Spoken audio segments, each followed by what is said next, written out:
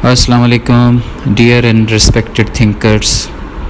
آج daily reflection میں dignity of forgiveness یعنی معاف کر دینے کی عظمت پر بات ہوگی. معاف کر دینا ایک بہت بڑی عظمت کی نشانی ہے.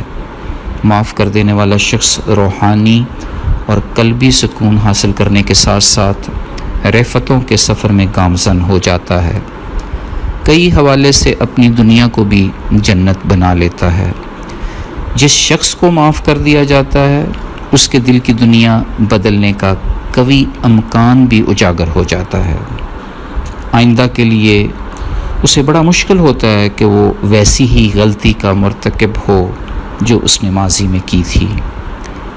معاشرے کے باقی افراد معافی کے اس احسن عمل سے خود بھی ایک دوسرے کو معاف کرنا سیکھ جاتے ہیں اور یہ کہ ایسے کام کرنا چھوڑ دیتے ہیں جن پر شرمندہ ہو کر پھر معافی کا طلبگار ہونا پڑے.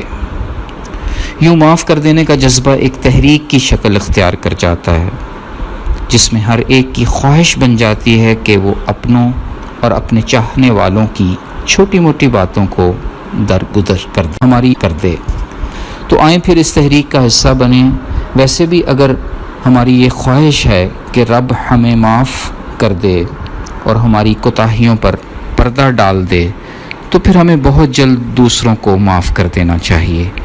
بلکہ اعلیٰ ظرفی تو یہ ہوگی کہ معاف کرنے کا احساس اس شخص سے ڈبل محبت کر کے کیا جائے اور کسی کو کبھی یہ مت جتایا جائے کہ ہم نے اسے معاف کر دیا ہے.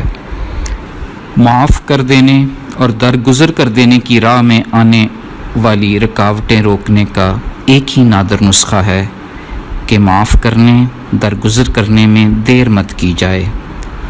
معاف کر دینے کے جذبہ کا اظہار، اس کا فیصلہ جتنی جلدی ہوگا اتنے ہی اس کے دور رس نتائج حاصل ہوں گے اور یوں معاف کرنے کی تحریک مستعدی سے پروان چڑھے گی.